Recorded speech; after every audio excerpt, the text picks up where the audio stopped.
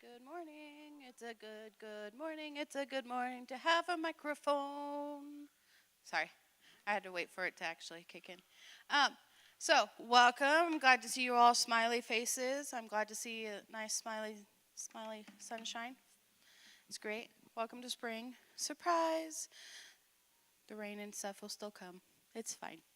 So, I know, I'm an awkward duck. You're all quiet. It's fine. Good morning. So we're going to start with worship. I'm going to pray, and then Derek's going to do the one-man show because his wonderful family is traveling back from Wisconsin for the Bible quizzing. So I'm going to pray, and then he's going to start his thing. Lord, I just thank you for everything that you have going on for us today. I thank you that you are an amazing God, that we can just come and worship and praise and just thank you for everything that you have going on, and thank you for all the triumphs that you carry us through, Lord. And I just thank you for that. In Jesus' name, amen. And don't forget, this mic is always live if you get a word from the Lord. All right, so I know that last week was all big and loud and fun, like it should have been, but I can't carry that alone. So today's really just got to be between you and Jesus.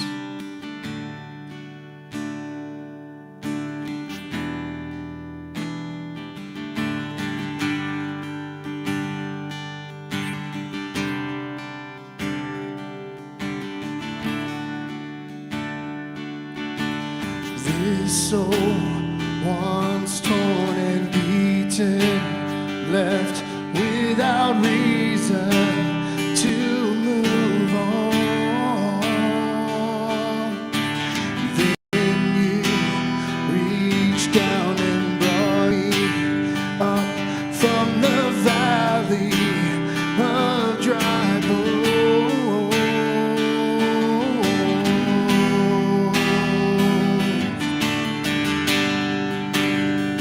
I want to sing that verse again.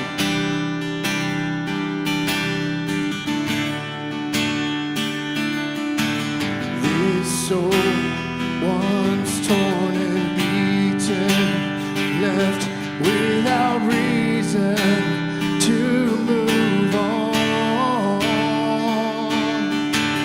Then you reached down and brought me up from the valley of dry bones. You are the God that saves, the one that rescues me. Oh, you rescue me. You are the God that saves. You call me from the grave. Oh, you rescue me. Ransomed out of the wreckage, pulled from the ashes of sin's hold. Hope is flowing through these veins, life born from grace, grace alone. You are the God that saves, the one that rescues me. Oh, you rescue me. You are the God that saves. You call me from the grave. Oh, you rescue me.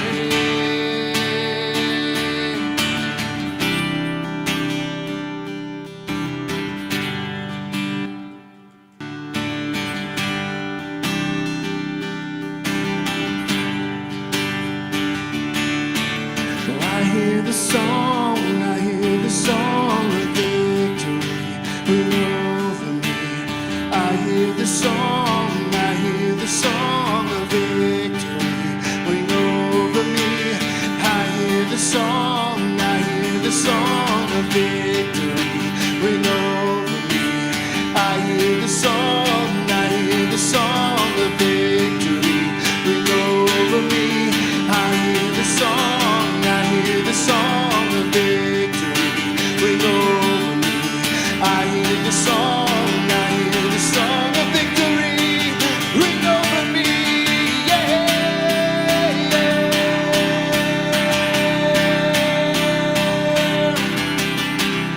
You are the God that saves. You're the one that rescues me. Oh, you rescue me.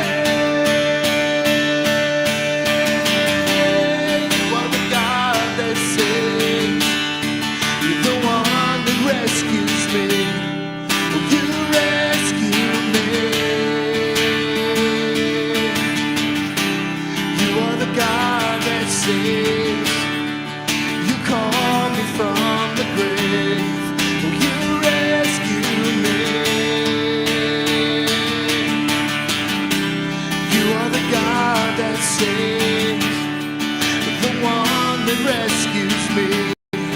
Oh, you rescue me. You are the God that saves. You call me from the grave. You rescue me. Oh, you rescue me. You rescue me.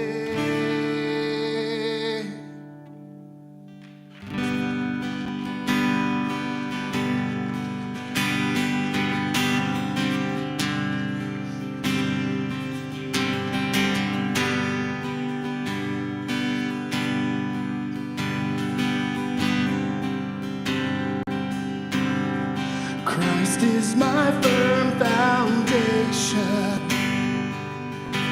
the rock on which I stand when everything around me is shaken. I've never been more glad that I put my faith in Jesus, 'cause he's never let me down. He's faithful through generations. So why would he fail now? He won't. He won't. I've still got joy in chaos. I've got peace that makes no sense. So I won't be going under. I'm not held by my own strength, 'cause I build my life on Jesus. He's never let me down. He's faithful in every season.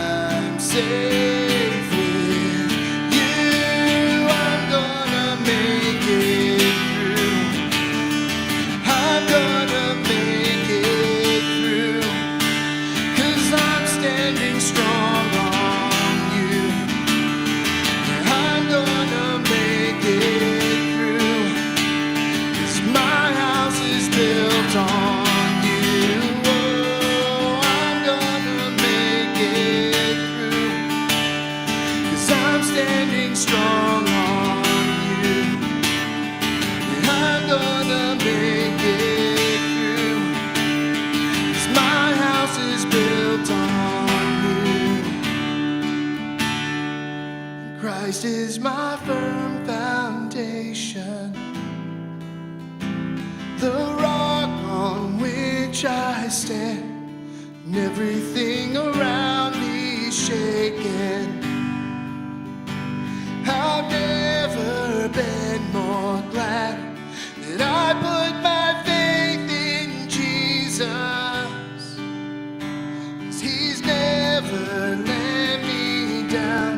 He's faithful through generations. So why would he fail now? He won't. He won't. He won't fail. He won't fail.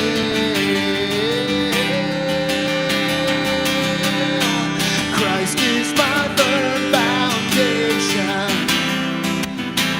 the rock on which I stand, when everything around me is shaking. I've never been more glad that I put my faith in Jesus. He's never let me down. He's faithful through generations. So why would he fail now? He won't. He won't. He won't fail. He won't fail.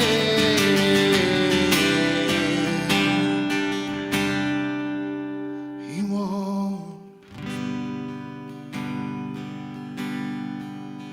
He won't. He won't fail. He won't fail.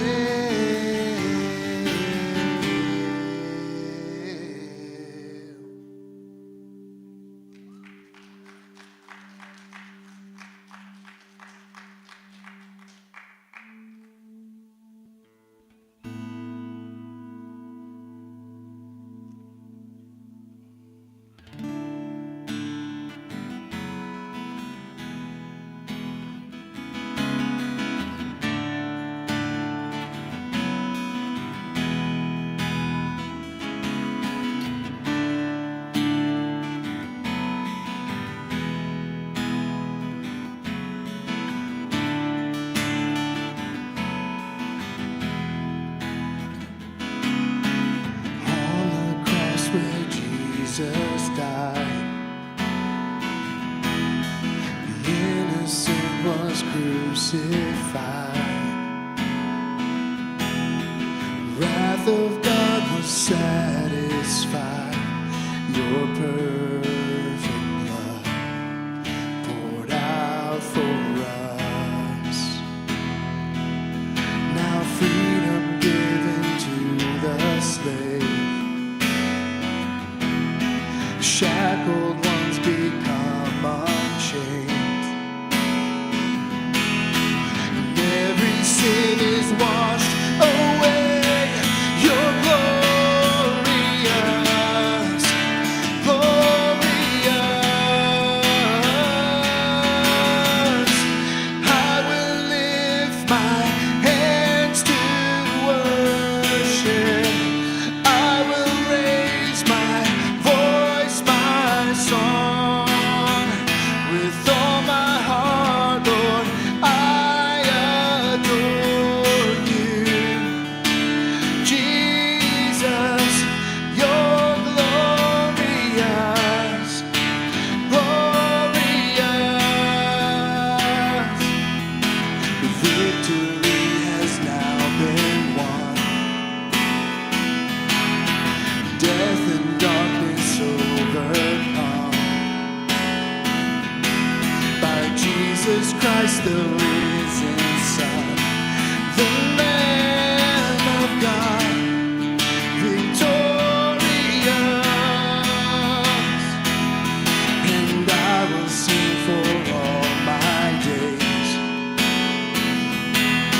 I'll sing of never-ending grace. And with the angels shout your praise, your glorious, glorious. Oh, I will lift my hands to worship. I will raise my voice, my song. With all my heart, Lord, I adore you. Jesus, you're glorious, glorious. I will lift my hands to worship. I will raise my voice, my song. With all my heart, Lord, I adore you.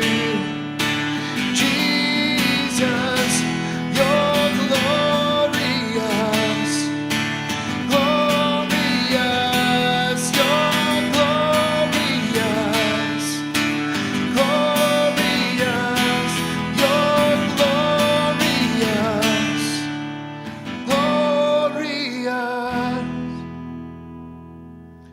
All greatness, power, all majesty is yours.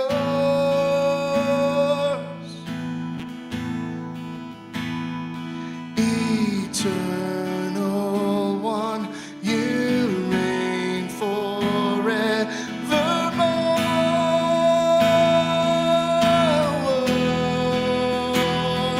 All greatness, power, all majesty is yours.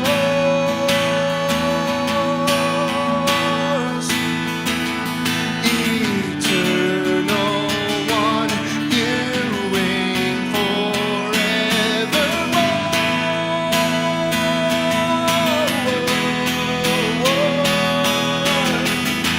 I will lift my hands to worship. I will raise my voice, my song. With all my heart, Lord, I adore you. Jesus, you're glorious, glorious. Oh, I will lift my hands to worship. I will raise my voice, my song. With all my heart, Lord, I adore you. Jesus, you're glorious, glorious, you're glorious, glorious, you're glorious.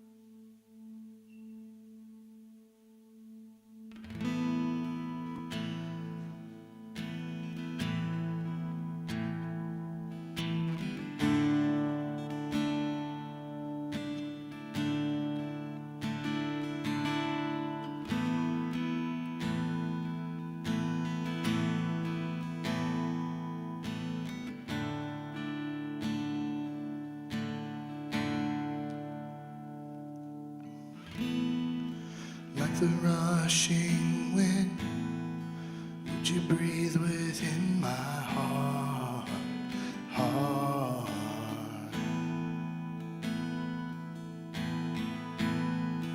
Through the raging storm, would you hold me in your arms, arms?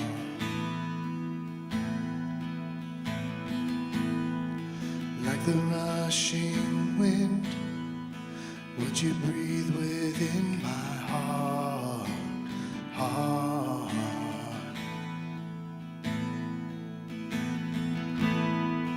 Through the raging storm, would you hold me in your arms, arms?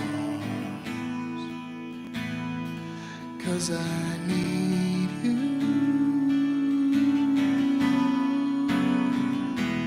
How I need you. Oh, I need your love like I need water. I need your love like I need breath inside of my lungs, burning my heart just like fire. Come and take me over. Jesus, draw me closer to your heart.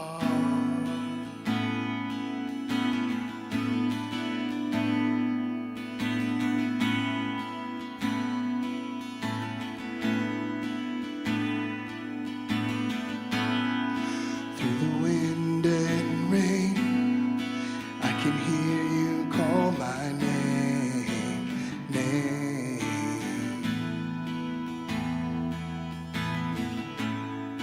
When the nights get rough, I will still sing out your praise. Let's sing that again. Through the wind and rain, I can hear you call my name, name.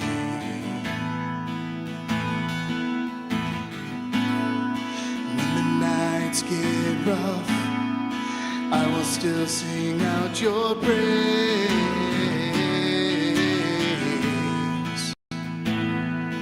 'Cause I need you. How I need you. 'Cause I need you. How I need you.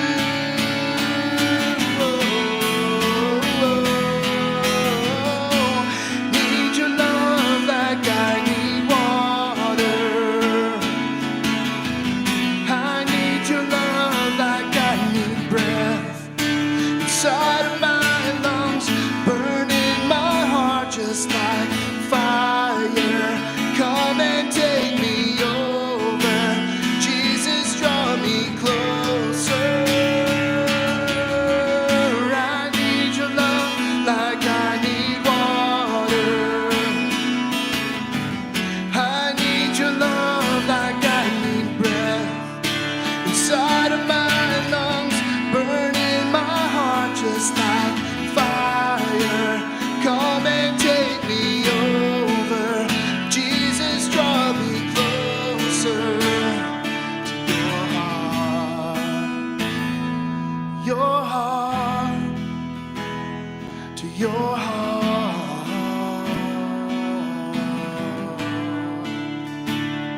to your heart, your heart, your heart.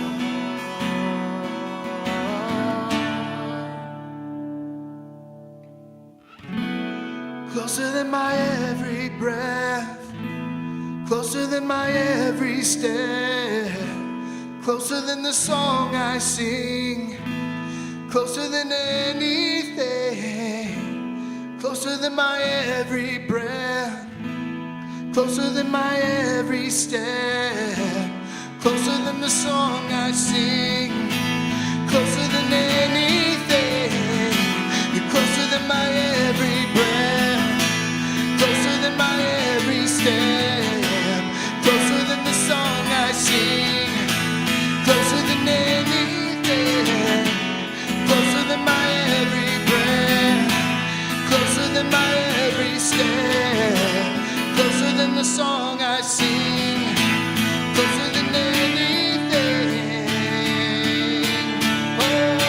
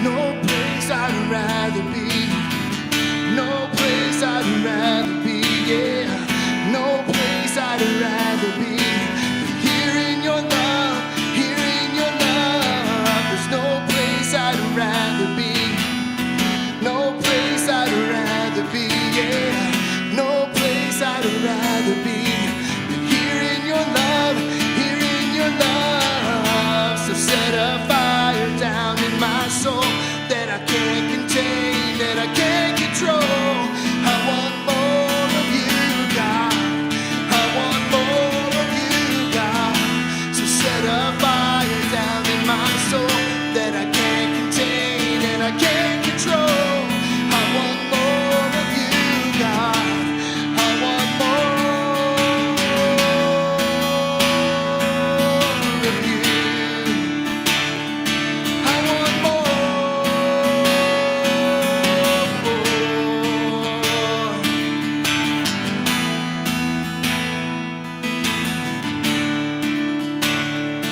I want more.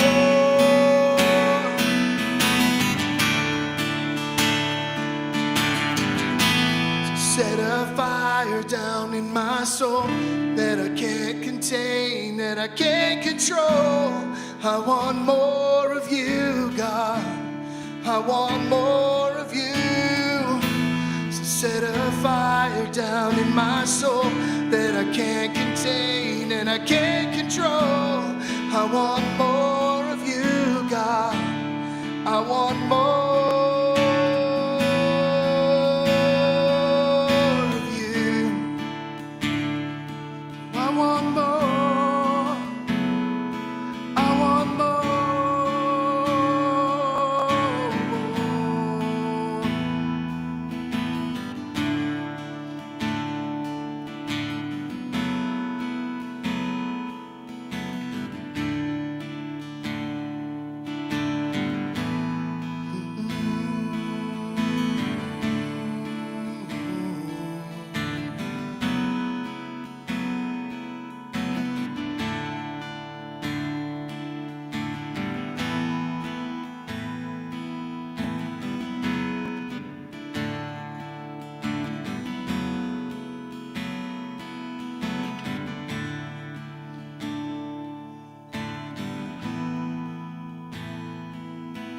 God, we love you so much.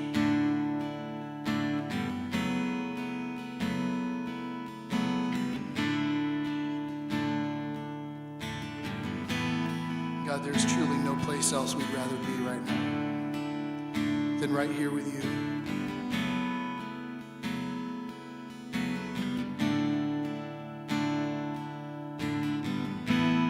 God, when all the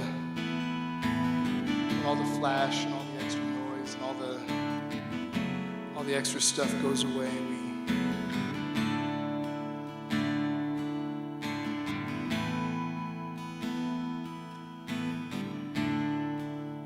we sometimes don't know what to do with ourselves.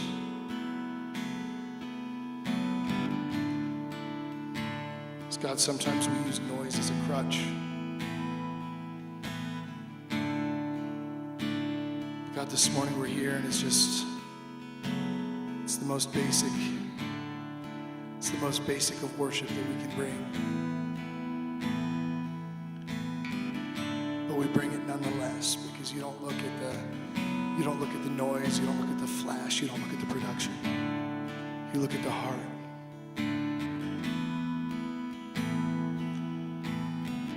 And God, our heart this morning is that there is absolutely no place else we would rather be than here with you.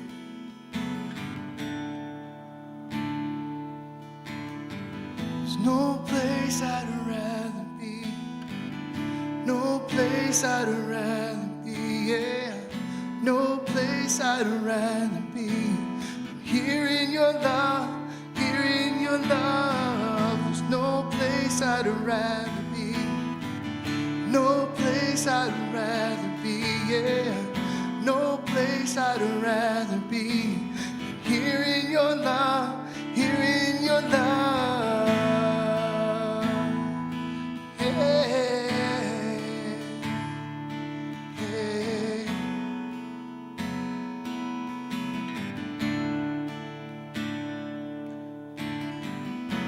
You're closer than my every breath. Closer than my every step, closer than the song I sing, closer than anything. You're closer than my every breath, every step, closer than the song I sing, closer than anything, 'cause I need you. How I need you. Oh, 'cause I need you. How I need you. Oh, I need your love like I need water. I need your love like I need breath inside of my lungs, burning my heart just like fire. Come and take me over, Jesus, draw me closer. I need your love like I need water. I need your love like I need breath inside of my lungs, burning my heart just like fire.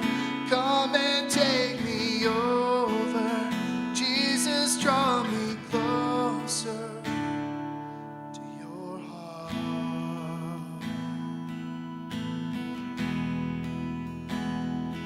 Your heart.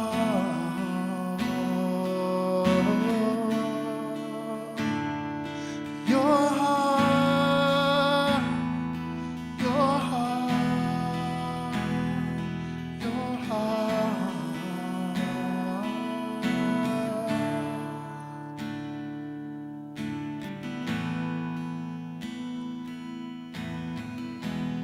So Jesus, we do praise you this morning. We worship you because you're good, because you're worthy, because you've done all the work. You invite us along for a ride we could never earn. You accept us as we are, and you call to us from where we are. You love us as we are. You call us to a life that we could never dream of. Because you're so good.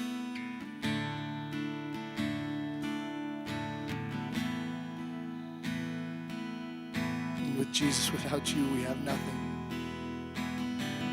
But with you, we have everything that matters. So we thank you, we praise you, we honor you, we worship you this morning, Jesus, because you are good. You are so, so, so good.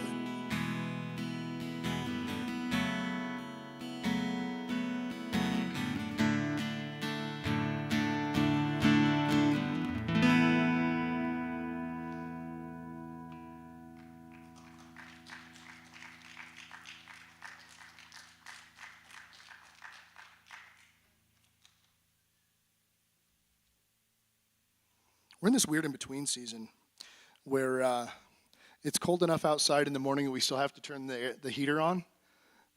So it's still hot in here. But like in a month, it'll be air conditioning in the morning. It'll be great.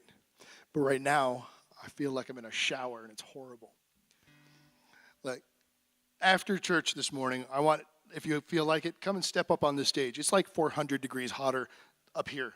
Just this 3 steps, man. 1, 2, 3 steps. And it's just like, I feel gross. I feel so gross. Sweating in public is embarrassing. How you guys doing this morning? Good. Okay, so here's something you need to know. I didn't sleep last night. And I'm pretty sure that I am in a state that me and my old youth kids used to lovingly call drunk tired. That is where I'm tired to the point where all inhibitions, no, that's not, filters, I have none. No filters. You think I normally have loads of filters, believe it or not. This morning is going to be rough for Derek. So feel free to shout at me if I get too off topic here as we're moving forward. Like Alex said at the beginning, Pastor Pam and my kids, Xander and Errol, are out of town. They're on their way home this morning. They're actually probably listening with us right now. They'll text me if they are listening, and if they're not listening, they're fired. No. They're starting a 13-hour journey back today, and they'll get home tomorrow. But they were at Bible Quiz Nationals. There were 47 teams, and our team took 8th place. Yeah. I don't think they've ever cracked, at least since my kids have been involved, I don't think they've ever gotten higher than like 20 or something like that. So crazy improvement this year. The kid on their team that has always done really, really well as an individual, but wasn't able to be recognized because the team didn't do well enough. Essentially, in Bible Quiz, for an individual to be recognized as a top player, their team has to be in the top third, and they were never there before. So this time they were, and Nathan got 3rd place out of like 300 kids. And I know you guys don't know Nathan. He doesn't come to church here. He lives in a whole different town somewhere else, but that kid is super cool, and he's super humble, and he's super kind and super loving, and he deserved to be recognized for all of his hard work, and I'm glad that this year he finally got to. So when Xander and Errol are back next week, make sure to congratulate them. They both did the best they've ever done at this competition this week, and we're super proud of them. And tell Pam that when she's gone, Derek's a broken mess. There's this funny thing. You go on vacation, and you're like, I don't miss my children. But when they're all gone, I'm like, I don't miss my children, but I miss my wife very much. She's my best friend, and it's weird not having her around. Anyway, see, that's what I'm talking about, the trails. You got to call me back, guys. Call me back. All right, hey, if you're new here this morning, if it's your first time with us, we want to help you get to know a little bit about who we are, and we want to get to know a little bit about you. And a quick way to do that would be to scan that QR code. You'll also find it on your bulletin. There are extra bulletins if you want to grab one and you didn't already. They're on the table there next to Bonnie in the middle, in the back room. So you scan that QR code, it'll take you to that webpage, lifefellowshipch.com/connect, and you'll find links to information about what we believe, but you'll also find a form that you can fill out that just tells us a little bit about how you found out about Life Fellowship. And if the only part of that form you take the time to fill out is the prayer request part, that's the important part. We really want to pray for you for whatever it is that you're contending for. So if you're new this morning, welcome. We're glad that you're here. If you're online this morning, all of that applies to you. We love you very much. We have online for a reason, and we fight with that stupid computer to keep the live stream right every week. So hopefully it's working for you this week, and we're glad that you're with us. We're going to continue our worship now with tithes and offerings. And if you are... if you're giving this morning, you can give digitally through Tithely, tithe.ly, or you can give with cash or check. If you have any questions about how to do any of that, just ask one of the taller ushers. The little ones are cute. They do their job well. They don't know anything about the system, which is fine. I barely know anything about the system. They're like, Derek, build us a system. So I build them a system, and then I walk away and forget how it works. And then it breaks, and I have to come and learn how I built the system so I can fix the system. But it's fine. It's fine. It's fine. Everything's fine. All right, so here's the deal. If you're new here this morning, we're not asking you for money. That's not what this is about. The Bible says that when we connect with God financially, when we worship Him through our finances, we're able to take part in what He's doing in the world in unique ways, and He's able to bless us in unique ways. So we're just creating a space for financial worship for those that want to worship in that manner. So no pressure. We never want there to be pressure to give. We always want to give out of pleasure and out of our love for God. So if you are giving this morning, very cool. So what I'm going to do is I'm going to pray, and then I don't want to play any of those songs. Hang on. Hang on. I'm the only one. I don't have a band. I can do whatever I want. It's great. It's wonderful.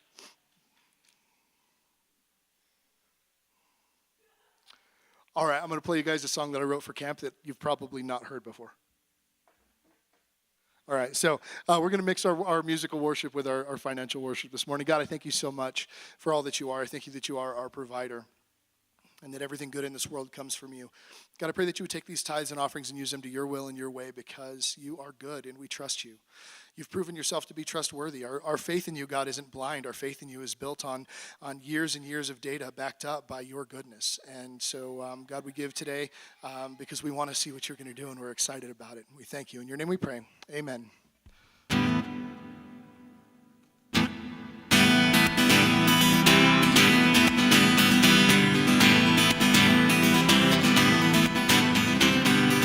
Too long I've sat on my two hands, been dreaming of far distant lands, distracted by what I think could be.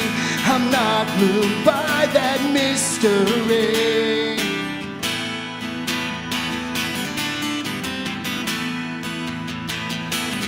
The question that's standing in my mind, shall I leave the safety of home to find adventure and treasure more than gold, to join the brave and become the bold?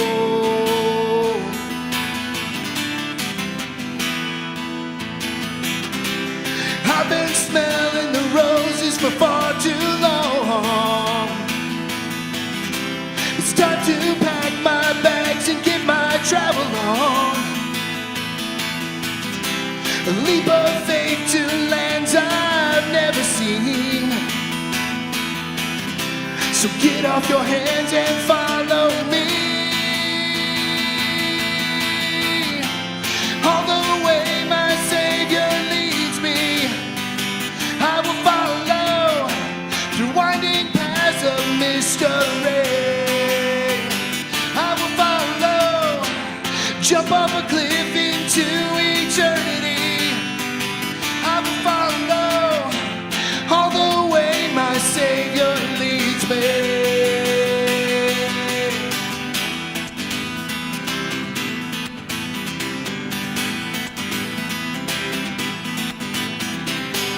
All right, I want you guys to take 5 minutes, greet somebody you don't know, shake some hands, grab some coffee. Kids are dismissed to Kids Church. Please check them into the Kid Check computer on your way over to the East Building. And I think that's it. We'll be back in 5.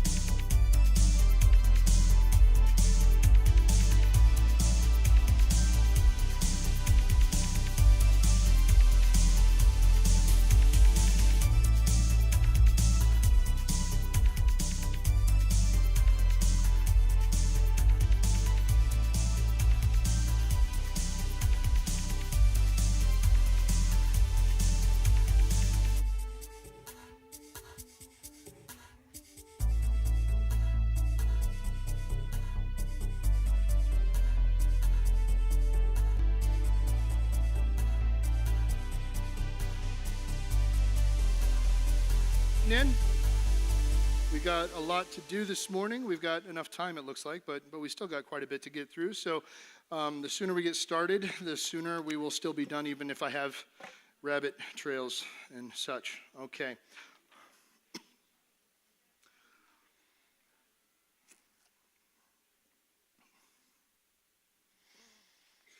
Oh, that's good. All right, so hey, announcements. We're going to do announcements really quick here. Go ahead and open up the bulletin if you have one. If you don't have a bulletin, you're missing out. 5 points to anybody who can tell me what this is. All right. Youth camp is coming June 2 through 5. Camp forms are available in the welcome area. Talk to Pastor Alex for more info. Camp is super, super important. Okay, when you look at adults who have been following Christ since they were teens, when you look at the vast majority of pastors and you ask them when did they feel like God called them, more often than not it's camp. Okay, camp is vital to a lot of things. Well, okay, so it's not vital because you can get away without it. But here's the thing: there's something very, very special about getting out of town and just focusing on Jesus and hanging out and having fun with a group of people that helps you connect with them and helps you connect with God in ways that you never ever could just staying at home. That's why we don't do like a weekend retreat at the church, because it's not the same. So camp is coming. Please, if you know of a young person that might like to go, ask them about it. Let us know. We'll see if we can get them in. We will have some fundraisers for camp coming up. I just don't have any information on those yet, so be watching for those, please. I think our full camp budget last year was like $3,000, which is nothing, okay? We do our camp for, what is our price this year, Alex?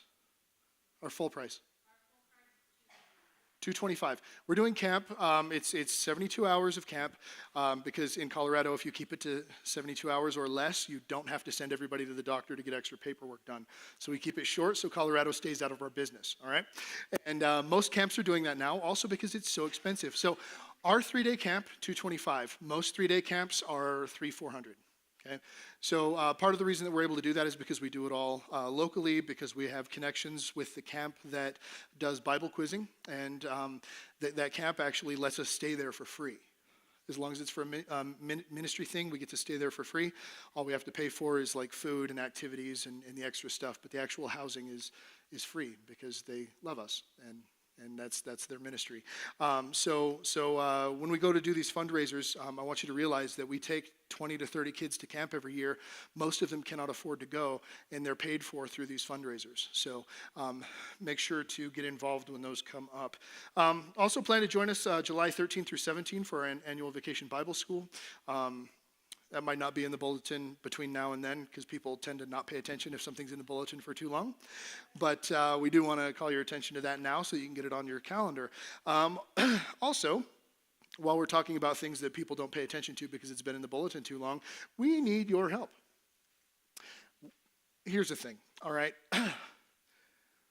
At my house, my kids are expected to do a certain number of chores, a certain number of house upkeep and maintenance they are required to do. Not for money, but because they're part of the family, because they live there. Because they're part of the mess, they're part of the problem, they're going to be part of the solution. And church family is called family because we need to be operating as a family. And as a family, we need all hands on deck. Everybody needs to be involved. Everybody needs to be helping out. So when we say we need your help, we're asking you to just kind of, it feels so much hotter than that. It's only 69. All right. So our next gen programs, that's kids church and youth and nursery, all need people to come in. The idea, the plan, what we would like to have is enough volunteers that nobody has, or we don't want to call it volunteers, we want to call it serving. Because volunteering is something that you do out of the goodness of your heart. Serving is something you do because it's somewhat of an obligation. And helping in this manner is somewhat of an obligation. I don't want to pressure you to do something you're uncomfortable with, but everybody should be doing something. is kind of what we're getting at, okay?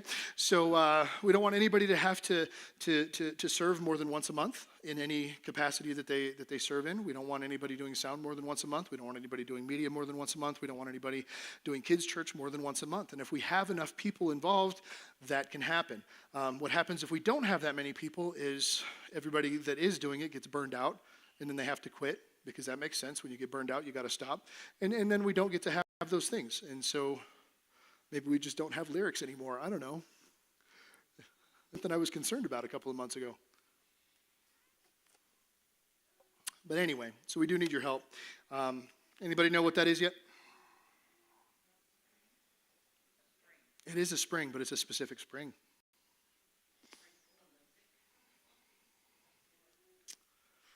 It is springy. Springy, the Olympic mascot spring from when Springfield was trying to host the Olympics on The Simpsons. Homer printed up like 1 million of them and couldn't get rid of them, and they're sharp on one end, and he was trying to flush them down the toilet. A whole bunch of really fun stuff happened. It was a good deal. All right, we're starting a new series this morning called Spring Forward, and it's called Spring Forward because I needed a title, and so I picked that one, and then it turned out to make sense. And so we're going to look at today, we're just kind of going to introduce this series. We're going to kind of dip our toes in. We're going to get reacclimated to the conversation. We're going to be reminded of some things that we've talked about recently, some things that we talked about a long time ago. Basically, today's just a quick catch-up day, and then next week we'll jump into the new part of this series. But this title is title with a T. The title is a bit of a play on words, obviously. It's the daylight savings time mantra, because every year, oh, it's springtime and the time's going to change and I don't know what it's going to do. Do we turn the clocks forward or back? And then everybody goes, spring forward. What does that mean? It means you turn the clock forward. What does that mean? And it would, every year until my phone took over for me, and now I don't care. My truck time might be off right now, actually. I might not have fixed that. So obviously it's a play on words. It means that, but it also plays on the idea that we're moving forward and we're looking to the future, and that's ultimately what this series is about. And it's the direction that we're moving as a church. And I want to start with something that has very little to do with anything that on the surface it looks like it has nothing to do with what we're talking about, but it's actually very important. Okay, and it's the image of the spring. All right, the springs are, if you spend any time researching or watching like shows like How It's Made, or if you look into engineering or how motors work or anything like that, you'll learn that the spring is vital to our world. Okay, springs make our world happen. All right.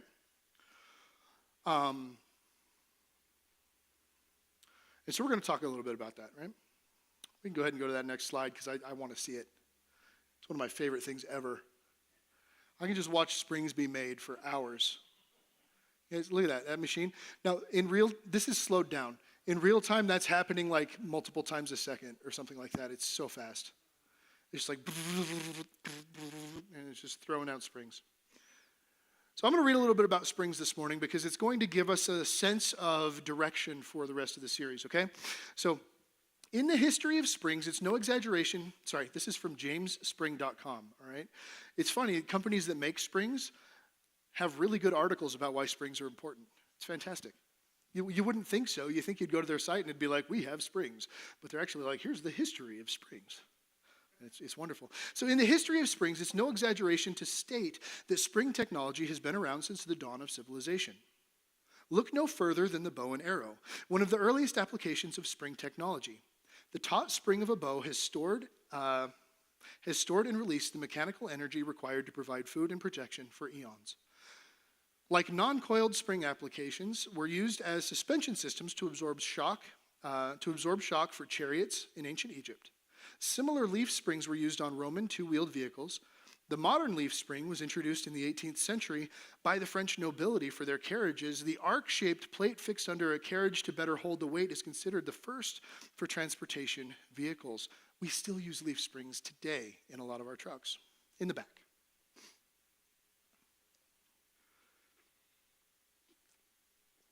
Though coiled springs do not have the lineage of non-coiled springs, the use of spiral wire objects can be traced back for thousands of years.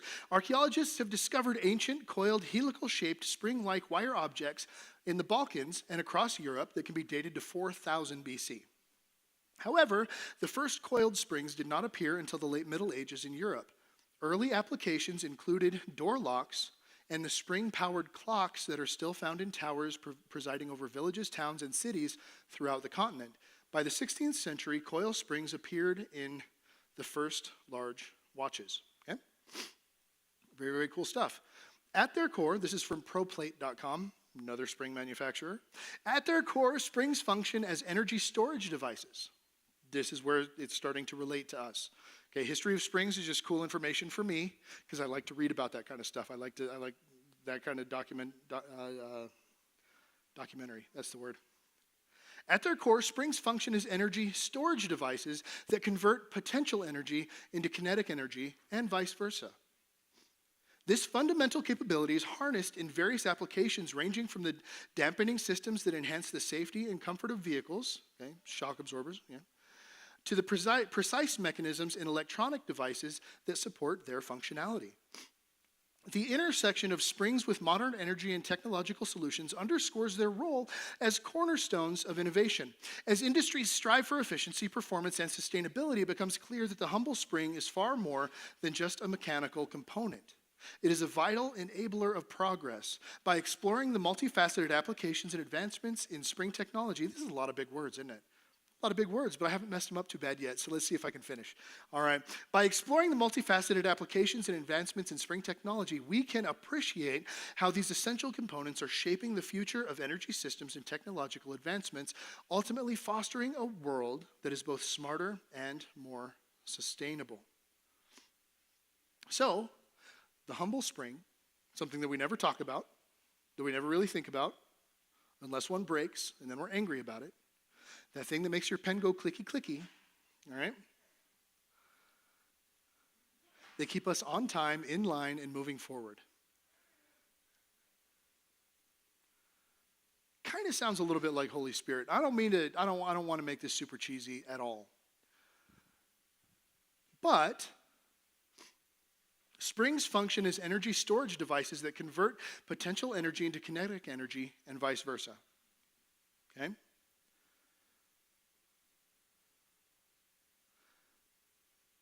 Now,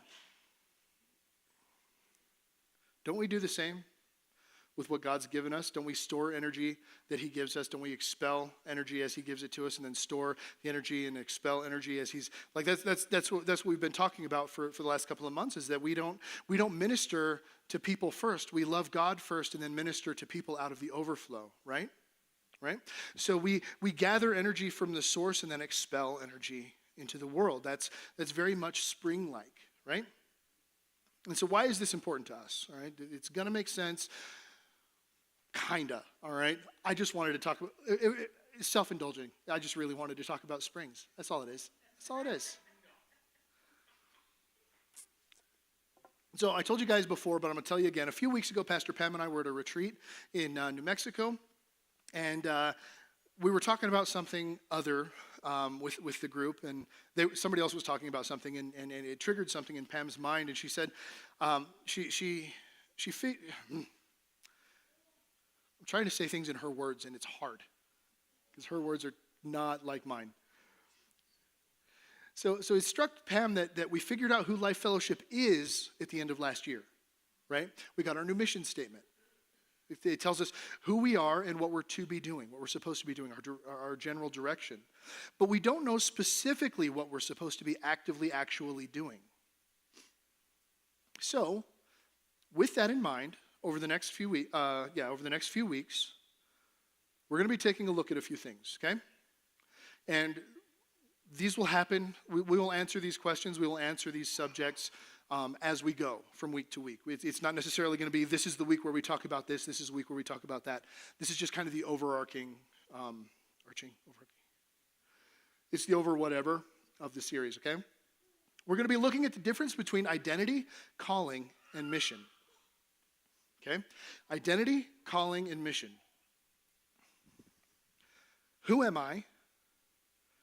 What am I supposed to be doing? And how am I supposed to be doing it? Okay? Those are not the same things. Identity, calling, and mission, and we need to know why that order is important. We'll be talking about that. We'll be talking about what the difference is between knowing who you are and knowing what you should be doing. Okay, those are different things, and it's important that we discuss it. We'll look at the difference between opportunity and assignment. The difference between opportunity and assignment. Just because we can doesn't necessarily mean we should, right?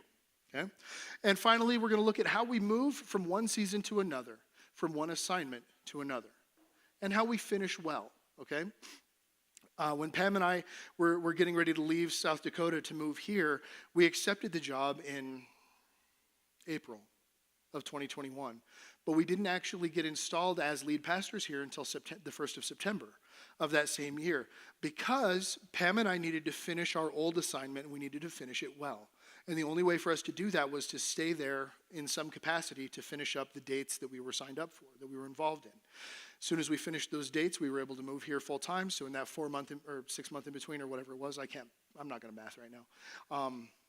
We would be here 1 week, and then we'd be gone for 3 weeks, and we'd be here 1 week and gone 3 weeks. And in between, we were making day trips back and forth, and we needed to be in two places because we were stepping into our new assignment, but we had to finish our old assignment well. So we're going to look at all of these things through three specific lenses, okay? As we answer these questions, we're going to be looking at them within our individual context, okay? Who am I? What is my calling? What is my mission? Me. We're going to be looking at it through the family lens. How is my family, like me, my wife, my son, and my daughter, how are we supposed to be interacting with the world around us? Okay? And finally, we're going to be looking at it as a church body. And it was the church body that spawned the conversation, that started this conversation. But we really need to be looking at these things in all of the context, because if we're good at it in one context, it will feed the other contexts. Okay? So we're going to keep them together. So, back to the spring a little bit. We're going to look at how God can and will take the potential energy of these individuals, families, in this church body and release it into actual change, okay? So potential energy is stored in a spring, okay, like an old Daisy Red Ryder BB gun, right? You guys remember those? You'll shoot your eye out, that one. Not an air rifle. It is a spring-loaded mechanism. And those BBs come out fired by a spring. And so when you cock the weapon, I say weapon, I've killed things with it, it counts. All right. Usually they're mice in the shop, but whatever. That spring is given energy, it's given tension, and it holds that. It's storing that energy as potential energy. But when you pull the trigger, that energy is released, transferred to the BB, and then the BB flies. Okay? We're looking at a similar thing with us. So, as introduction to this series, we're going to spend the rest of our time today looking at who we are as individuals. We don't need to do this as part of the series as a whole because we've spent so much time talking about who we are as individuals, as individual people, as individual families, and as the church as a whole. But we need a refresher before we jump into the rest of the discussion, because knowing who we are, knowing our identity is going to feed the rest of this conversation, because it's where we start. Okay, we start by knowing who we are. All right? So, I had a weird week. It was supposed to be an easy week. It was supposed to be the week where the family was gone. I was going to do a staycation. I was going to do all the work that I had to do for Sunday, but otherwise I wasn't supposed to do anything. I was just going to play video games and hang out, right? That was what I was going to do. And then last Saturday and Sunday, I thought, you know what I could do while the family's gone? And then before I knew it, I had a 15-point list of projects for while they were gone. And so Tuesday, the second the family left, I started working on these projects. And some of them worked out as they were supposed to. Some of them did not. Some of them were complicated. When we moved into our house, we were allowed to move into our house before the trim was finished, which is fair, right? That's how it goes. And so Pam let the kids move into their bedrooms without doing the trim on the floor, and then we trimmed out the rest of the house, and we never finished their bedrooms.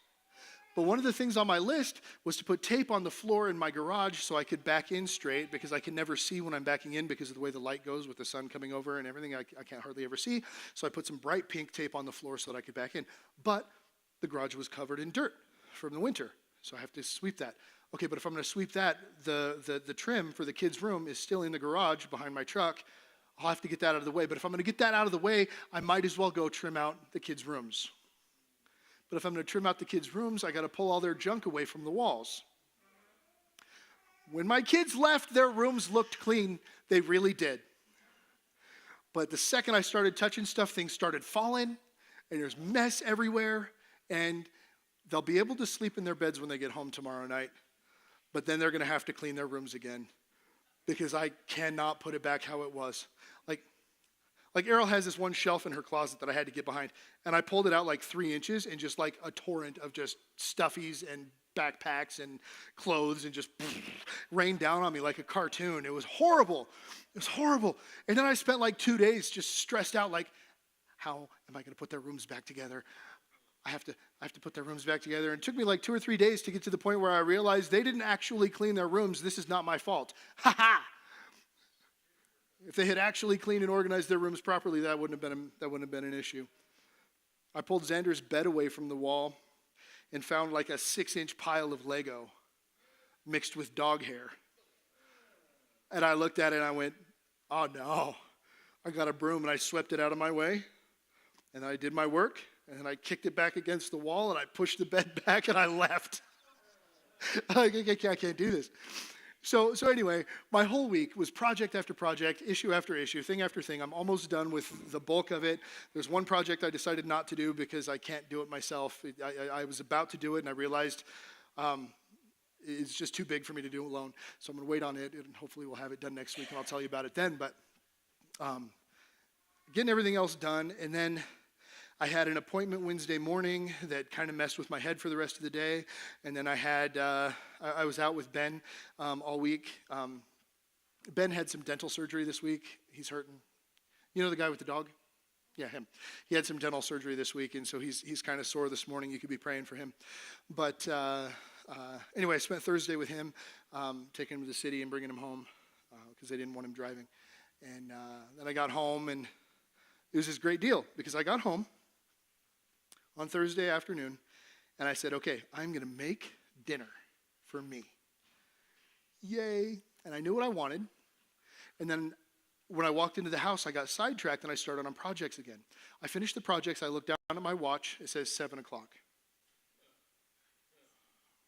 Now, here's what I wanted to make.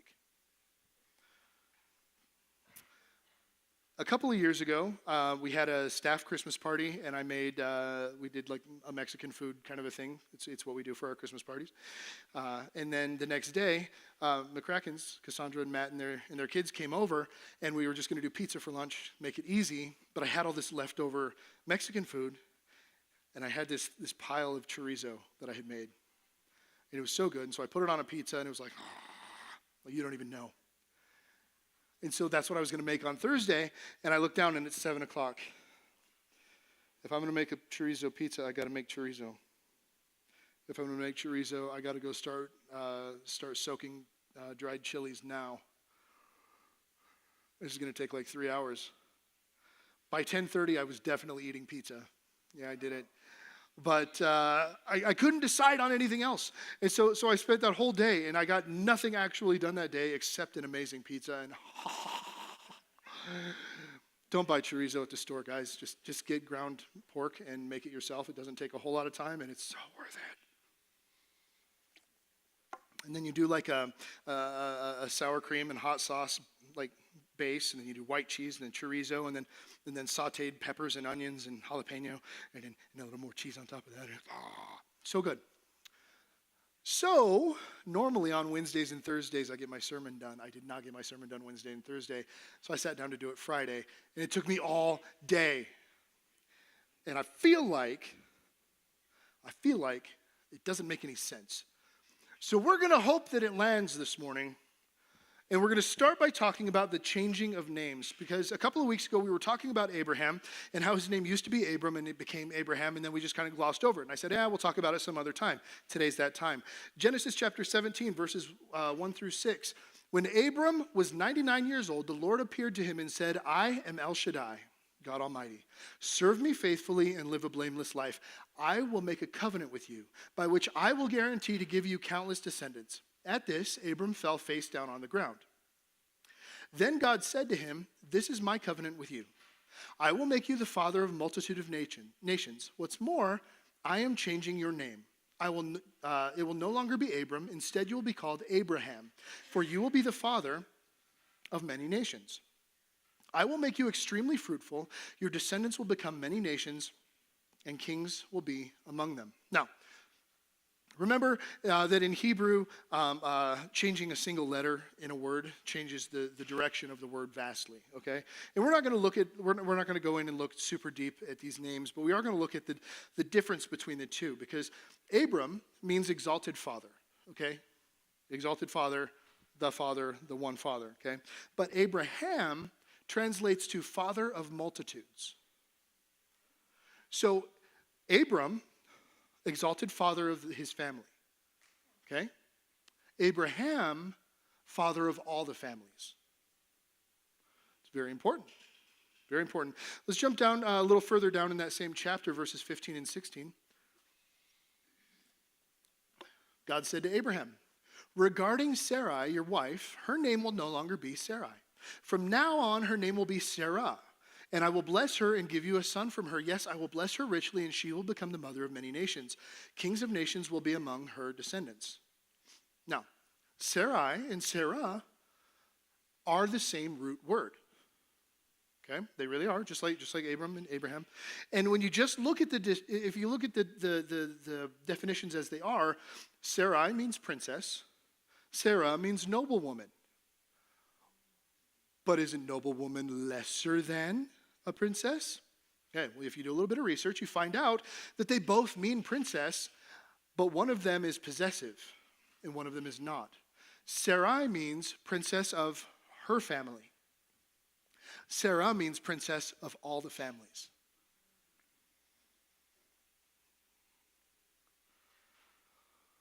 So in both the cases of Abraham and Sarah, the names they went by were accurate. Their original name was accurate to who they were, but it was limited, and it limited them moving forward with what God had called them to. Okay? But because God's plans for us are always bigger than we can think, when God was talking to Sarah and Abraham, he said, it's important that you guys understand that the calling I have on your life is far greater than you currently are. Your name is not going to suffice because you don't belong to this family. I'm going to give you a son, but you don't belong to just that son. You don't belong just to your nieces and nephews. You do not belong just to the people that live in your little tent city. You belong to the world now. You are the mother and the father, okay, of the world, or of many nations, I should say, because it's not the entire world, but the nations that would come from them, okay? Now, if we jump ahead, Abraham has his son, Isaac. Isaac has a couple of sons. And he has two sons, and I can't remember the hairy one's name. Esau? I remembered it. We're not talking about him. We're talking about Jacob. So Jacob and Esau are twins. They're fighting in the womb. Esau is born first, but Jacob is like grabbing onto his leg and trying to pull him back. And Jacob's whole life, he's just trying to get his brother's stuff. He's trying to rise above his station, usually through somewhat nefarious ways. Let's read Genesis chapter 32, verses 24 through 28. This left Jacob all alone. Okay. Jacob was alone in the camp because everybody else had left. That's where we start. This left Jacob all alone in the camp, and a man came and wrestled with him until the dawn began to break. When the man saw that he would not win the match, he touched Jacob's hip and wrenched it out of its socket. Then the man said, let me go, for the dawn is breaking. But Jacob said, I will not let you go unless you bless me. What is your name? The man asked. Jacob replied, Jacob. Your name will no longer be Jacob, the man told him. From now on you will be called Israel, because you have fought with God and with men and have won. Now,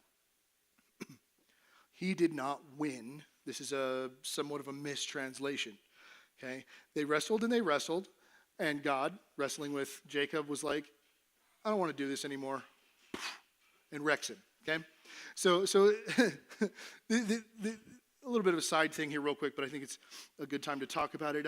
You know that question that people like to ask that is supposed to cancel out God? That is, can Jesus or can God create a rock that he himself cannot lift? Can he create a rock so big that he himself cannot lift it? And the answer is yes, because the structure of weights and measures are within this world. And when God stepped into this world as Jesus, as a human, as a man, he was limited by what it is to be a man. So yes, absolutely he did. In this case, we see that God came in to wrestle with Jacob. And he's wrestling with Jacob within the strength of a human. And within the strength of an actual human, Jacob was able to keep up. And then God said, the sun's coming up. I need to go. This has been awesome. And Jacob's like, I'm not going to stop. And so God goes, sorry. And then he steps out of his human limitations and into his God limitation. He goes, poof. And Jacob's like, ow, yeah. And then he's got a limp for the rest of his life, you know. So yeah, God can do whatever he wants. The idea that anything is limited in the universe is strictly within the world that he created for us. So, Jacob means heel holder or supplanter, okay? Someone who, heel holder would be when his brother was born and Jacob was holding on to him. Supplanter would be when he took his brother's birthright or traded it, got his brother to trade it for soup. There's a whole lot to talk about in that story. We're not talking about that today, but here's something I want you guys to catch, okay? Because in this moment, Jacob's name changed to Israel. All right? We're in Genesis chapter 32. But throughout the rest of Genesis, sometimes Jacob is still called Jacob. And sometimes Jacob is called Israel. Sometimes he gets called by his new name, and sometimes he gets called by his old name. And if you look at it and you research, you find out that he's named in the story is based on the behavior he was exhibiting at the time. Was he operating from his old name and his old nature, or was he operating from his new name and his new nature? Was he behaving as a supplanter? Or was he behaving as the person called by God? Okay? So, sorry, I didn't read the rest of that last bit. So Jacob is heel holder or supplanter, but Israel means God prevails. Okay? And so Israel, meaning God prevails, focuses Jacob's life on the idea that God will take him. God will do what God needs to do, which is actually super important because remember, Israel ends up with the rest of his family having to go to Egypt because of the famine. God prevails. God protected them. God carried them through, right? So, but it's important that we recognize that we all have an old name and we all have a new name. Our old name is going to be whatever we had before Jesus came into our life. And everything after that is son of God, co-heir with Christ, king, right? Now, once again, just because I have to always, just in case there's somebody here who hasn't heard me say it before, when we're talking about kings and sons, we don't say kings and queens or sons and daughters, because king and queen or son and daughter or prince and princess all has a hierarchy built into it, that the son is better than the daughter, the king is better than the queen, and the prince is better than the princess. But in Jesus, that is not a thing. We are all kings, we are all princesses, we are all sons at full inheritance and full authority with that title. Gender has nothing to do with it. And if we lived in a world, if English was a non-gendered language, it would be easier because we would just say, we're all the best that God has. We're equal to Jesus in that he died so that we could be, right? Co-heirs. All right. So what identity are you operating in this season of your life? Are you operating from your old name, from your old past, from your old history, or are you operating from your new godly name, from what he's called you to? All right? One more name change that I want to look at comes in Matthew chapter 16, verses 15 through 20. Jesus is speaking. Jesus is speaking here, okay? Then he asked them, "But who do you say that I am?" And Simon Peter answered, "You are the Messiah, the Son of the living God." Jesus replied, "You are blessed, Simon, son of John, because my Father in heaven has revealed this to you. You did not learn this from any human being. Now I say to you that you are Peter," which means rock, "and upon this rock I will build my church, and all the powers of hell will not conquer it. And I will give you the keys of the kingdom of heaven. Whatever you forbid on earth will be forbidden in heaven, and whatever you permit on earth will be permitted in heaven." Then he sternly warned the disciples not to tell anyone that he was the Messiah. Jesus sternly warned the disciples not to tell anyone that he was the Messiah, because if they did, he would have died early. He had a lot of work left to do, all right? When that information came out, he got killed, and it was the appropriate time. But right now, this is not the time. But what's great is Jesus says, "Simon, who am I?" Now, Simon means to hearken or to listen. Okay? Simon just means essentially someone who listens. And so Jesus says, "Simon, who am I?" And Simon's been listening. And he's been listening to everything that Jesus has said, and he's been listening to all of this stuff, and he's been paying attention, and he goes, "You're the Messiah." And because he was listening, Jesus said, "Yes, and now you get a new name. You are the rock that I'm going to build this church on. You are the foundation." So because Simon listened, he became the rock.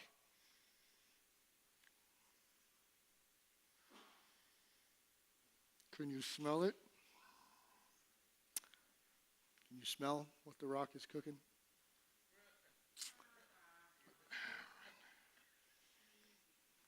I wanted to be like, "What's your name?" "It doesn't matter what your name is." But I'm not good at that. I never watched it. If Ricky was here, I'd let him do it.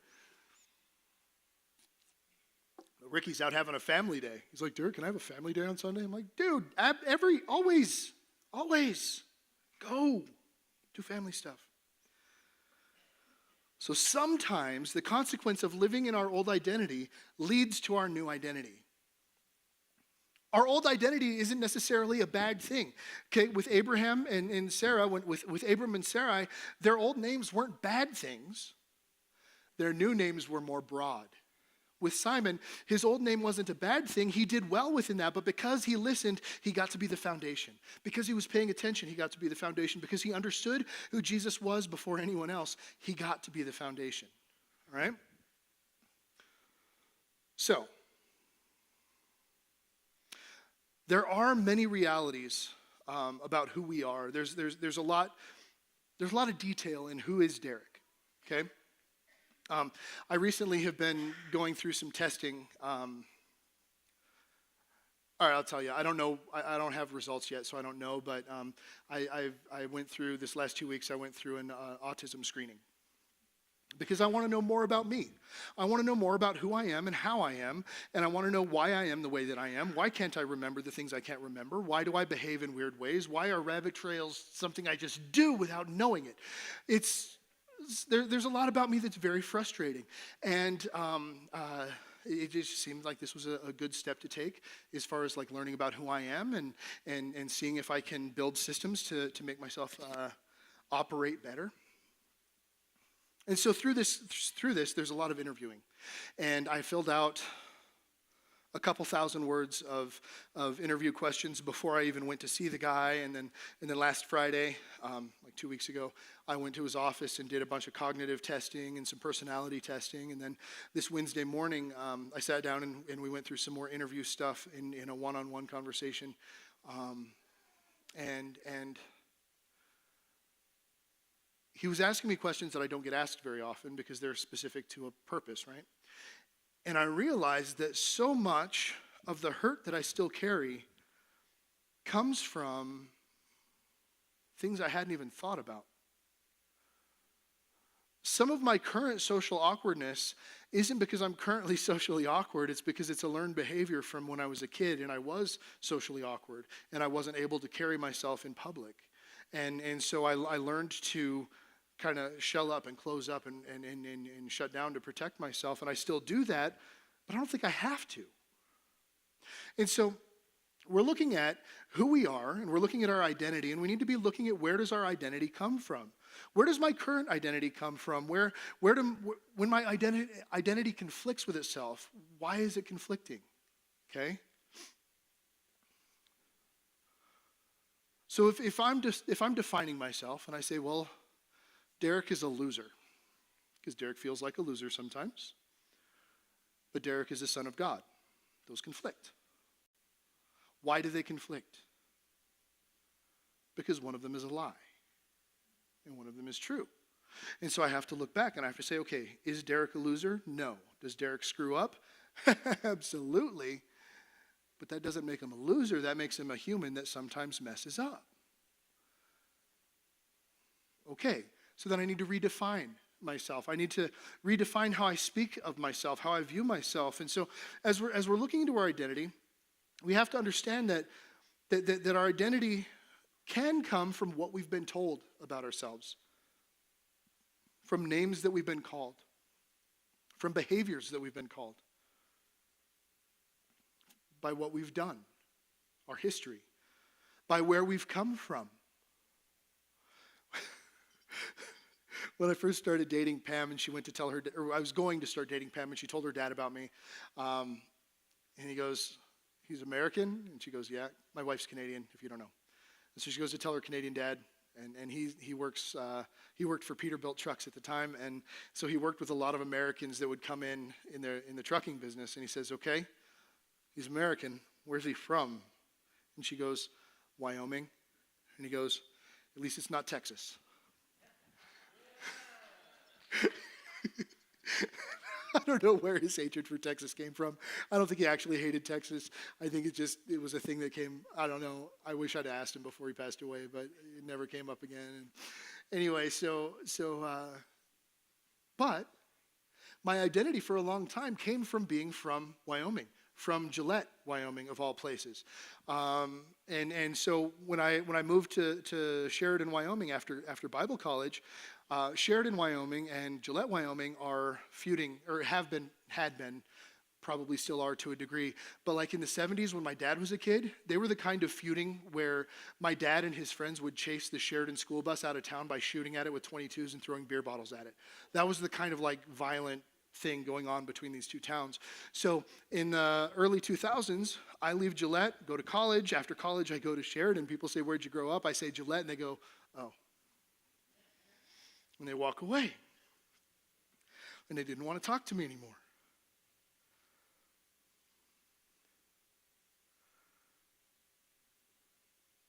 Sometimes our identity comes from what we believe, and how the world sees us comes from what we believe. I don't know how you're going to feel about this, but when I meet new people, when I'm in a new atmosphere of people, I don't tell them what I do for a living. I don't tell them what my job is. Because 100% of the time, that will affect how they relate to me. And three Easters ago, I was at, Pam and I and the kids were at Dave and Bonnie's house for Easter. It was super fun. And Matt McCracken and I had just started hanging out. And I told him before this day, when I meet new people, I don't tell them what I do. Because it changes the room. And so we're there. And I can't remember if it was a friend of theirs or like a brother-in-law or something, but Matt introduces me to him, and we'd already been hanging out. We'd been having a good time.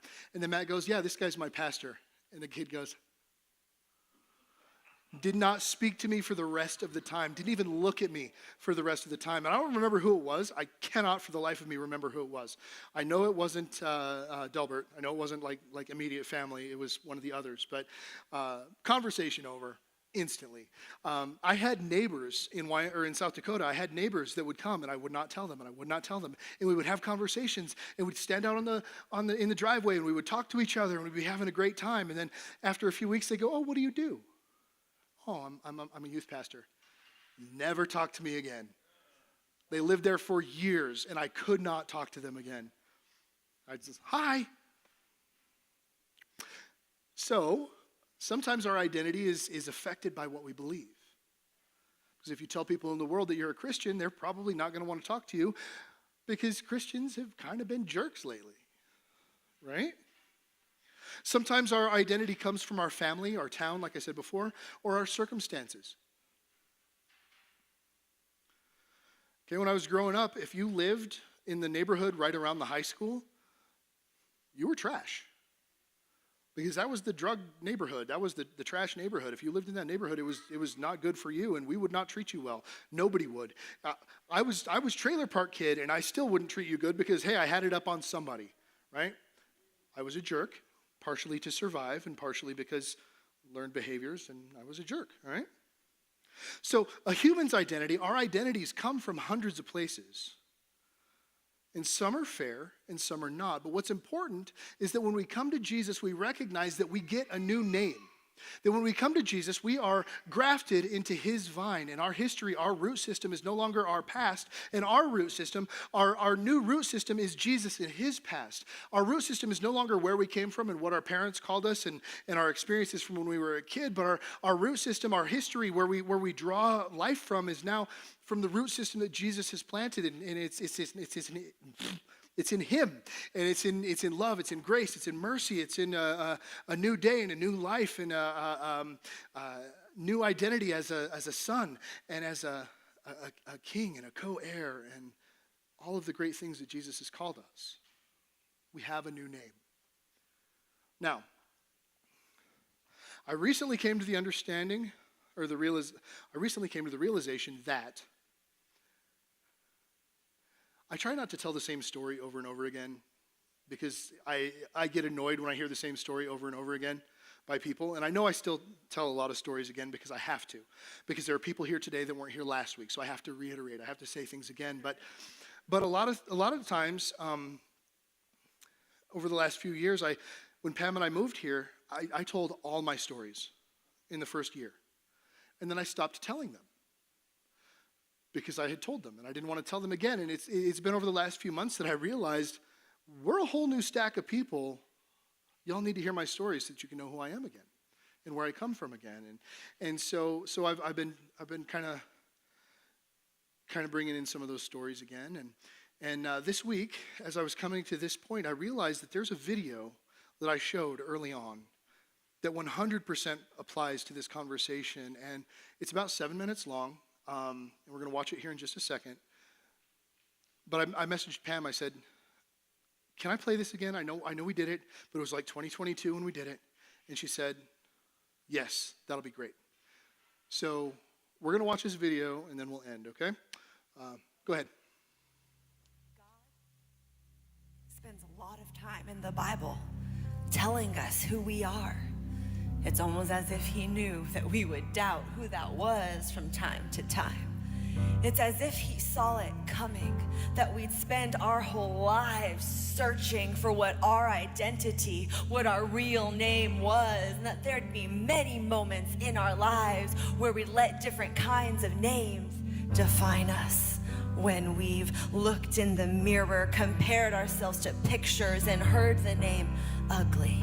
When we've been left by loved ones, people we trusted once, and heard the name unworthy. When we've been drowning in discouragement, living in a seemingly never-ending crisis, and heard the name forgotten.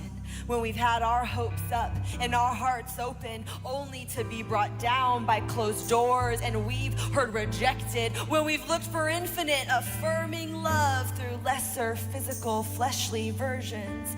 When we gave it away, or when it was stolen, and we heard impure, we heard garbage. When we go to other vices to ease our pain, and we hear addict, we hear forever broken. When we feel like we're living in the shadow of someone else's calling, and we hear second place. When our pain cripples us to a point where we don't even know how to let others in, and we hear lonely. When our past seems too gross for others to forgive, and we hear disgusting. It's overwhelming. These voices we're constantly hearing, it's suffocating. This air of constant critique and comparing, and it's sort of amazing. The people whose voices I've allowed to name me. The power I've given to my past to my mirror and to my surroundings and enabled them to identify me. The amount of years I've spent living up to whatever others say over me. But God says something else about me. It's like he knew there would be other voices. So he wrote his voice down in a timeless book of truths that would remind us over and over again in the moments when lies would block his truths and somehow make us forget. I'm going back to the source, not the people I've allowed to represent God to me, but the actual, literal, tangible words that he has written down for me. And there's some other names he's given to me. John 15:15, he calls me friend. 1 Thessalonians 1:4, he calls me chosen. Ephesians 2:10, he calls me his workmanship. He calls me his art. He calls me handmade. He calls me purposed and fashioned for good things. 1 Corinthians 6:19, he calls my body a temple. He calls it the residence of the Holy Spirit. Acts 1:8, he calls me his messenger to the world. Galatians 3:26, he calls me his child. Romans 5:8, he calls me greatly loved. John 8:36, he calls me free, free indeed. 2 Corinthians 5:17, he calls me brand new. And it's amazing how different these names are from the names I'm used to listening to. And in my journey to discover who I really am, in my battle to uncover the truths of myself, I've learned something new about my name. And now this is what I am certain of. My name is not the name the world calls me. My name is not the name my past calls me. My name is not even the name my own mirror calls me. But my name is the name I answered to. And I can choose today, from this moment forward, to answer to a new name. When I hear lonely, that's not me. When I hear disgusting, that's not me. When I hear unworthy, I don't even look over my shoulder. When I hear broken, they must have confused me. Please look elsewhere. When I hear ugly, abandoned, useless, forgotten, I figure someone just has to remind them. Maybe those were my old names, but they're no longer the names that I respond to. My name is the name I've chosen to spend my days living up to. And if these other voices are not saying the same thing that the truth is, I look in my mirror and I repeat this: they have no right to be speaking to you. When you stop answering to your old names, they stop having power over you. The names that my Father, eternity's author, the world's creator has called me are the only names that I answer to. When I hear friend of God, that's my name. God's workmanship, that's my name. Chosen, that's my name. Loved, wanted, created with a purpose, that's my name. God's temple, that's my name. God's messenger, that's my name. Free, that's my name. Child of God, you must be looking for me. Greatly loved, you must be calling for me. Brand new, that is my name. That is the name that I respond to. The enemy has no power here. Perfect love casts out fear, and perfect love has named me and you. So what is your new name? What is stirring up inside of you when you hear these words that his word, that the word has proclaimed? What do you know is the name God is calling you? Maybe it's not the name you grew up with. Maybe it's not the name your old friends associate you with. Maybe it's not the name that your whole life you were used to identifying with, but it's the name you now answer to. So when the enemy tries to get to you, it's the name you introduce yourself with. As for me, my name is forgiven. My name is free. My name is brand new. Loved, wanted, child of God, created with a purpose. And it's been a pleasure to meet you.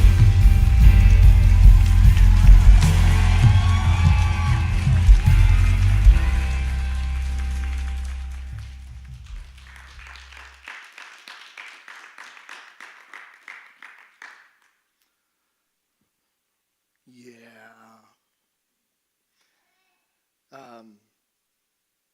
I first heard that at a camp, and one of our Echo. We had a group of interns come from a church. They were called the Echoes, and this one girl had memorized all of that, and she shared it during camp, and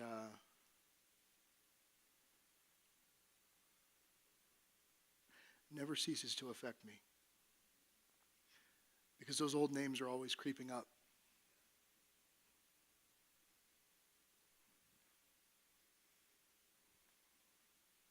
Like looking through a photo album from when you were a kid, and it takes you back in time. Those old names take you back in time, and suddenly you find yourself having to work back through and pull yourself forward. But like she said, God knew we were going to have to deal with this. God knew that we were going to need his grace and his mercy to be new and fresh every morning. So he gives it to us because he's good, because he loves us, because he's called us, because we're his. So you do have a new name. And this week I would encourage you to continue processing your new name. Remember who you are. We're not having this conversation today because it's something we haven't talked about. This is something that we've talked about a number of times over the years, but those old names keep creeping up and our identity keeps getting shaken. But if we're going to move into who God has called it, if we're going to move into our calling and we're going to move into the mission that God's called us to, we have to know who we really are. Because it's through our true identity that we start the movement. Okay? So knowing who we are is important. Okay? But knowing how and why we are gives us a glimpse into who God has created us to be. I told you guys that I've been going through this autism screening process, and somebody said, Derek, if you do have autism, what is that going to change? Well, initially, nothing. But what it is going to do is it's going to change my story. It'll change my history. It'll change how I view the interactions that I had with other people when I was a kid, and all the times that I look back and I feel like I was a loser in that situation because I couldn't interact with the people around me. It'll change that narrative. It'll change that story. And so I'm a huge proponent of learning as much about yourself as you possibly can, good or bad. Okay? And the reason is because, the downside is when you know who you are, how you are, why you are, you're responsible to deal with it, for one. And that part sucks. That part's no fun at all.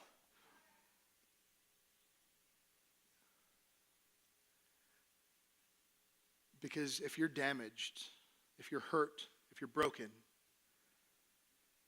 that's okay. People get damaged and hurt and broken. That's part of life. But if you allow your damagedness to damage others, that's a problem. So we need to learn who we are, how we are, why we are, so that we can walk into what God has for us, so that we can walk in healing, so that we can walk in that new name that he's given us. So I want to encourage you this week to go to 2 websites. Even if you've done this before, if you did this in 2022, the first time we had this conversation, I want you to do it again. Because it's good for a refresher. But I want you to go to 16personalities.com, okay, and take their personality test, the free version. Do not spend money on these. Do not spend money on these. The reason I like 16 Personalities is because it's quick, and the feedback that they give you, okay, all you have to do is give them your email address. They'll send you, after you take the test, they'll send you a PDF of information about you. Now, here's the thing, and we were just talking about this Wednesday night in my small group. I've had a lot of people think that their 16 Personalities test was wrong. And it's never been wrong. We just don't see ourselves clearly. And so I was talking to Matt McCracken on Wednesday, and he said, yeah, I took it 3 times. And I said, and was it different? He goes, no, it was the same thing every time. And so we were talking about it. I said, why did why did you take it 3 times? He said, I was afraid.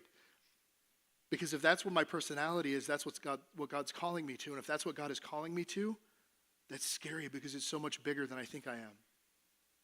And that's fair. That's fair, but you know what? God gave you the personality that he gave you because he wanted you in the mix. He didn't give you your personality because he was going to then call your personality wrong or bad. He gave you your personality because he wants your personality in the family. Before you were born, he didn't have you. He didn't have to let you be born. He wanted you to be born because he wanted you in the mix as you are. The second website I want you to go to is called fivefoldministry.com.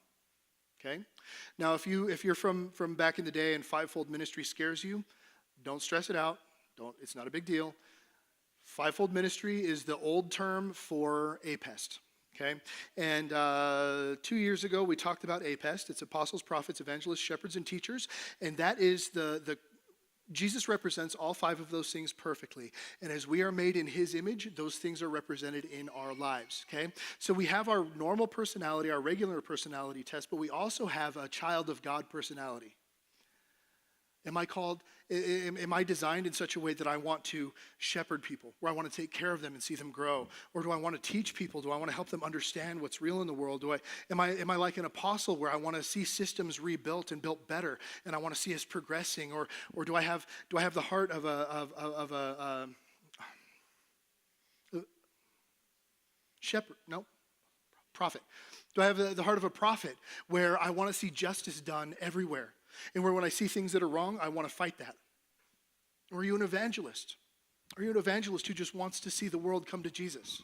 So go to 16personalities.com and find out how your brain is wired and how you see the world. But then also go to fivefoldministry.com and find out the kind of ministry that God's put in your heart. Now, the thing about Fivefold Ministry is that, or APEST, is that you're going to have 1 or 2 things that are kind of your primary. Like I'm primarily an apostle, secondary, I'm a teacher, okay? So I want to rebuild systems, I want to challenge and make sure that everything is running as smoothly as possible, but I also want to teach you why and how we're doing things, okay? But the closer I get to Jesus and the more I become like him, the more I'm going to become balanced in the other things as well, okay? So for me, shepherd has always been the lowest thing on my list. I could care less how you feel. A lot of times. But the closer I get to Jesus, the more I care because the shepherding aspect of who he is coming out in me because I become what I behold, right? So go to these sites this week. Even if you have before, do the test again. Be reminded who you are. Be reminded what God put into you because he wanted it to be there. He wanted you to be a part of the mix, okay? God, I thank you so much that you have given us a new name. God, I thank you that you look into our past and you call out the things that are good and you wipe away the things that are bad and you're calling us to something new. You're calling us to walk in our new identity as children of God. And God, I thank you that the personalities and idiosyncrasies that we have and the way that our minds work and the way that we see the world, all of that is there for a reason because you wanted it to be there.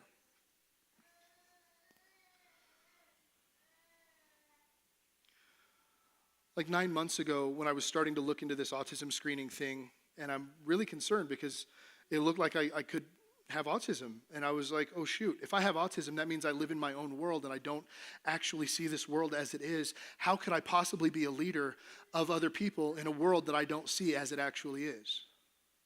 And so I talked to the council about it, and their response was essentially, shut up.